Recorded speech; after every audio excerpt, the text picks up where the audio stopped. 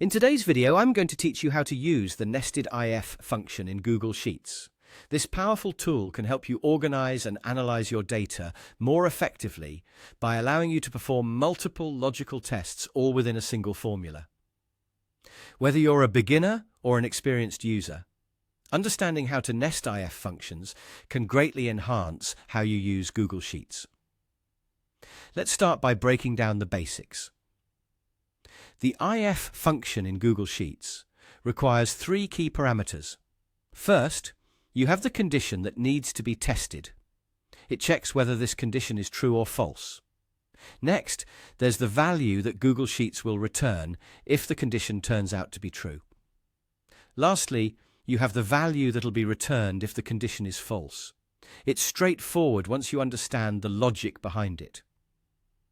Now imagine we have a scenario where we need to evaluate numerical values against specific criteria.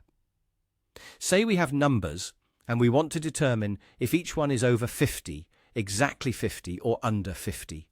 This is a perfect opportunity to employ a nested if function. Let's dive into creating the formula. Begin by typing an equal sign followed by the word if, and then open a parenthesis. This is your starting point for setting up the function.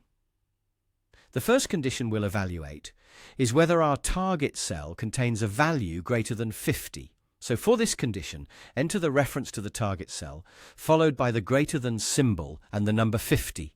The next step is where you define what happens if this condition is true.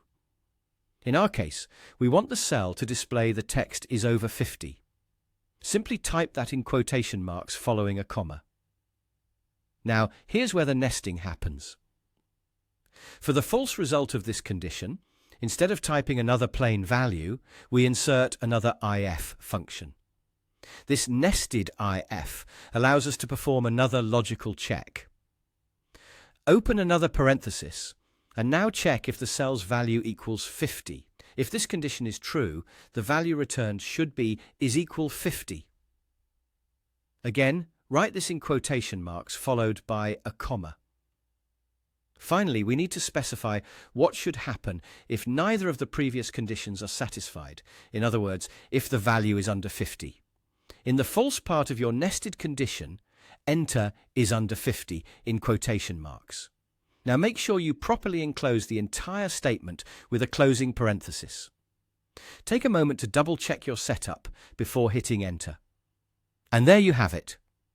The result will provide a clear three-way classification of whether values are over 50, exactly 50, or under 50.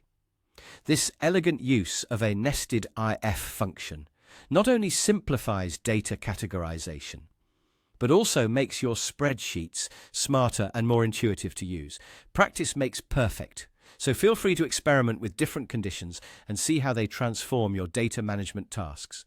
Thank you for watching, and happy spreadsheeting.